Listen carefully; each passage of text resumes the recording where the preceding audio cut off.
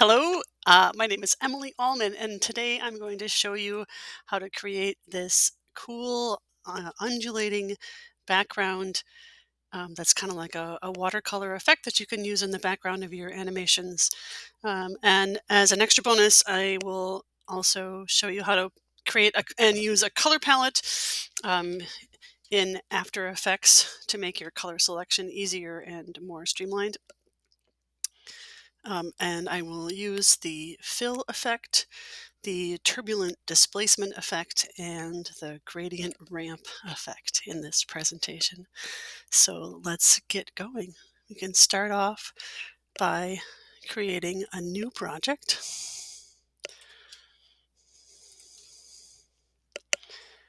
And inside our new project, a new composition that we will call color palette.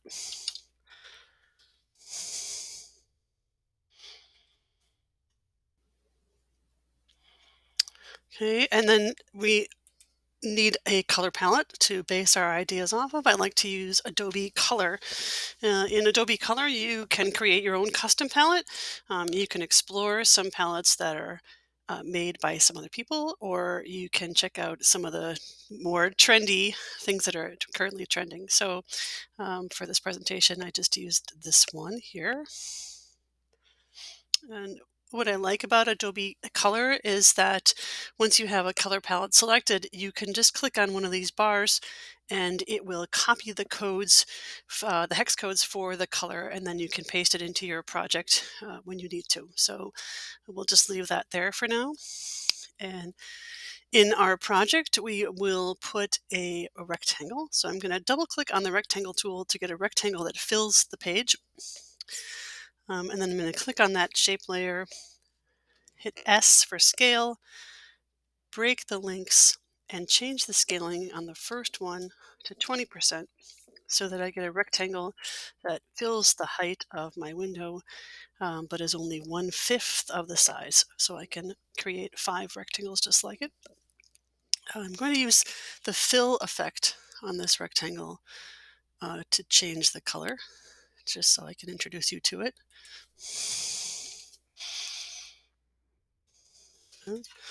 Drag the fill effect over the top of the shape layer.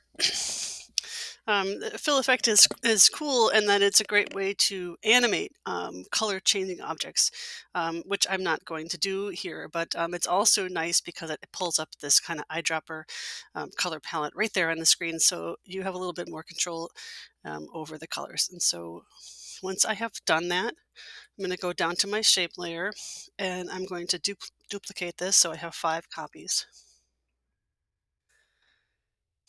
And I'm going to line them up on the page. And so I'm going to use the align tools to take shape layer number 1 and put it to the left. I'm going to take shape layer number 5, put it to the right, and then I'm going to select all 5 of them and then click distribute layers and distribute them right so that they all line up together.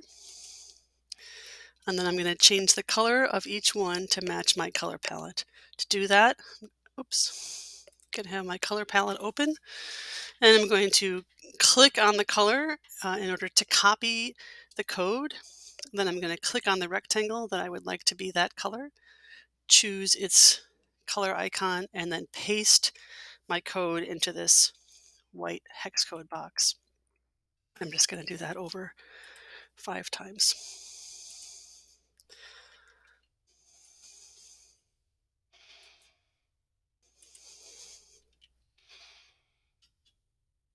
Copy, click, choose, select the color, and paste.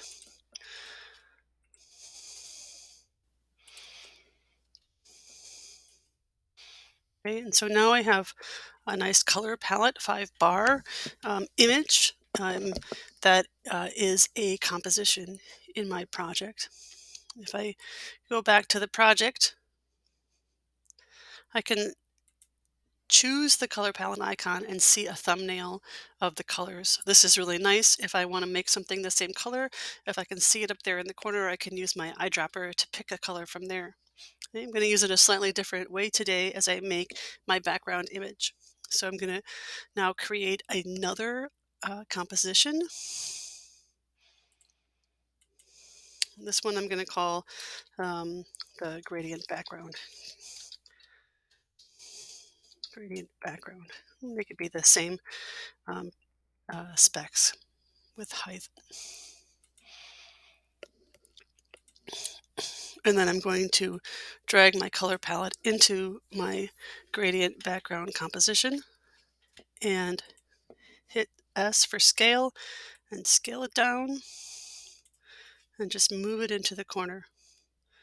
And now it's in my main window as well as in my upper corner, so I can easily access those colors with my eyedropper anytime I need to. And then I can hide it when I no longer want to see it. All right, so I'm going to start with my background by creating some masks on the page. So I'm going to create a new layer, solid layer. We'll start with the darkest color first. So we'll call this the dark green layer.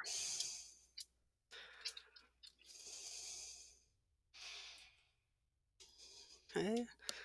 And I'm just going to mask out an area on this layer. So I'm going to hit my pen tool to do a mask. I'm going to make sure I have this button, the tool creates mask, selected, and I'm just going to mask out an area.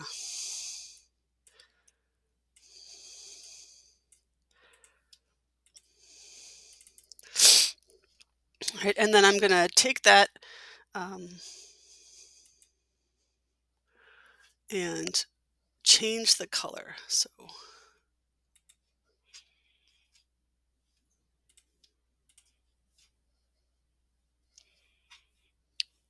So it's hard. This is a good time to emphasize the beauty of the fill effect because, as you can see, I'm having a hard time finding the color to change the color, and so this is why it's nice to have the fill effect. So I just forgot to drag the fill effect onto my layer. Okay, and so now when I have the fill effect on my layer, you can see that I have the color readily available. So um, where did my color palette go? It's behind.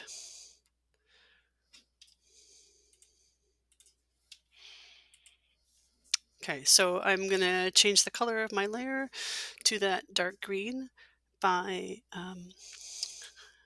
clicking on the layer, clicking on the eyedropper tool, and then just choosing that dark green color. Okay. Then I'm going to add some feathering to the mask. So under my layer, I'm going to choose the mask and increase the feathering. Okay, that looks pretty good.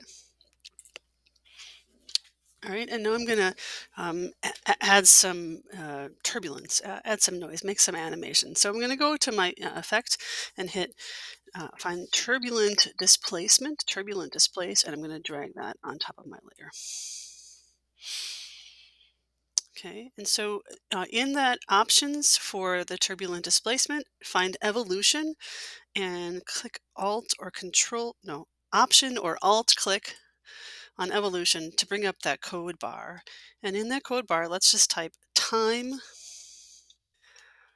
times 100, multiplying time times 100.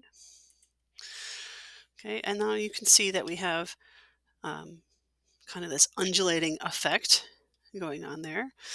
We can play around with the amount and the size.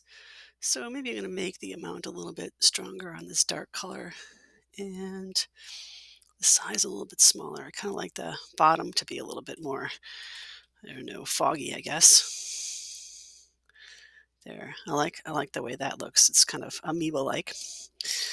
All right, so we're going to duplicate this layer and repeat this process for our other parts. Okay, so go back to this dark green layer and we're just going to duplicate the layer. Okay, we'll call this the blue, so I'll rename it dark blue.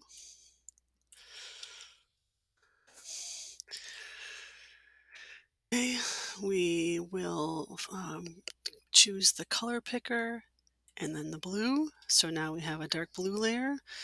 We would like this to be behind. So put it behind and we will adjust the mask to bring the blue up.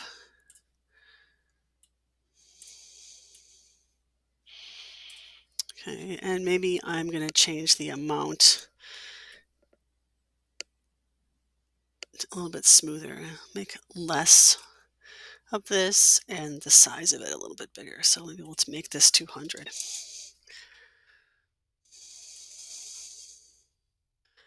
See how that looks.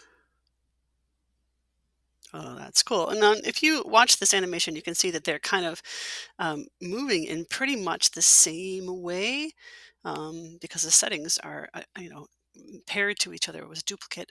But we can fix that a little bit if we change the random seed. And so on this dark blue layer, I'm going to go to evolution options, random seed, and I'm just going to change the number to a different number than 0. So we will make it 10.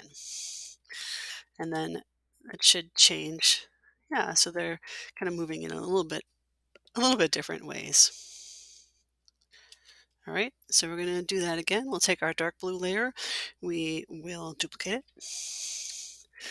We will make a light blue layer.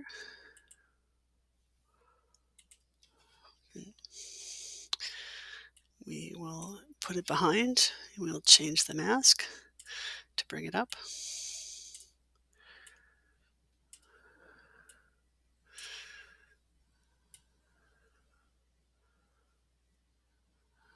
Let's see, maybe like that a little bit. Okay, we'll rename it. This is the light blue layer. And change the random seed on this one too. Maybe we'll make it 20. Okay, how's that looking so far? All right, cool. All right, so and then we'll use the yellow on the top, and we'll throw in a little extra interest on the top layer by throwing in a gradient on a gradient. And so we'll one more time duplicate the layer, duplicate the layer. You know, actually put this one up on top. We will make it yellow. Okay, we will adjust the mask. I'm going to have this one, I moved it to the top so that I can have the yellow coming down from the top and overlapping.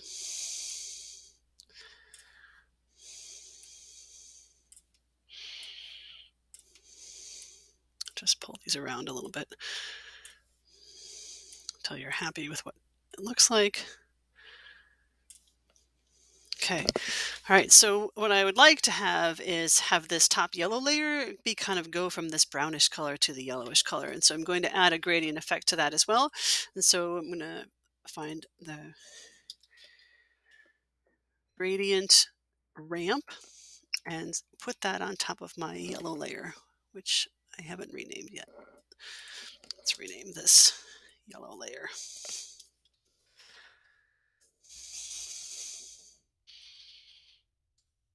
Okay, so in the gradient ramp, what I want is for it to go from this kind of mustard color to this more yellow color. So I'm going to choose start color is this darker color, and then the end color is going to be this lighter color.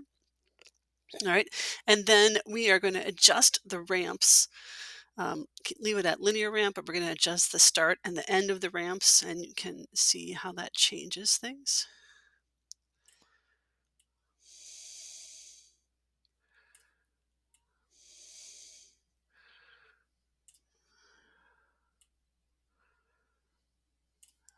Kind of like that.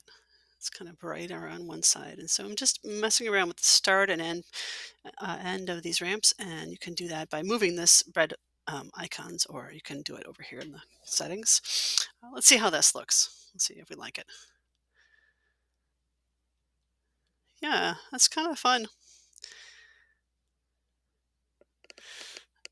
All right, so there you have it. A kind of layered watercolor kind of setting. And then to just turn off the background and voila. Great. Thanks for watching.